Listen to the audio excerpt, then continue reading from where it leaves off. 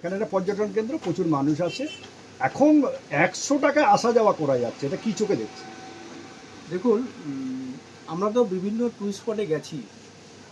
কলকাতা থেকে দীঘা, কলকাতা থেকে পুরী, কলকাতা থেকে মন্দারমণি, কলকাতা থেকে আরও অন্যান্য জায়গায়।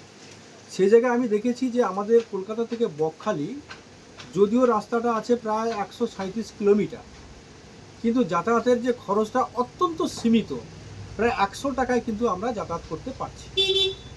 এই জায়গাটাতে কোনো স্পটে, আমি চ্যালেঞ্জে বলতে পারি, কোনো স্পটে এত কম টাকা খরচ করে সেখানে পরিদর্শন করাটা খুবই কষ্টকরদায়ক। সেই জায়গায় কিন্তু আমার বকখালি সেটা দেয় মাত্র 100 টাকায়। বকখালিতে এসে ঘুরে আবার চলে যাওয়া যায়।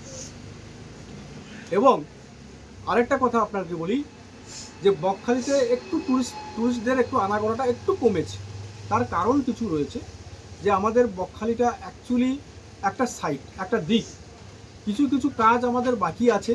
আমাদের মন্ত্রী মহোদয়, আমাদের বঙ্কিমচন্দ্র হাজরা মহাশয়, আমাদের এমপি আমাদের বাপি হালদার সহ আমাদের চেয়ারম্যান যিনি রয়েছেন আমাদের সুমন্ত কুমার মালি, যৌথভাবে আমাদের আলাপ আলোচনার মধ্য দিয়ে বকখালিকে কীভাবে ডেভেলপমেন্ট করা যায় তার একটা মাস্টার প্ল্যান আমরা তৈরি করেছি। এবং ইতিপূর্বে সে কাজ আমাদের শুরু হয়েছে, হাইডেন থেকে শুরু করে অন্যান্য।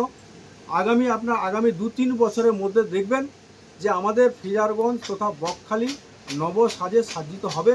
এটা দৃঢ় বিশ্বাস, এটা আমি চ্যালেঞ্জ দিয়ে বলতে পারি।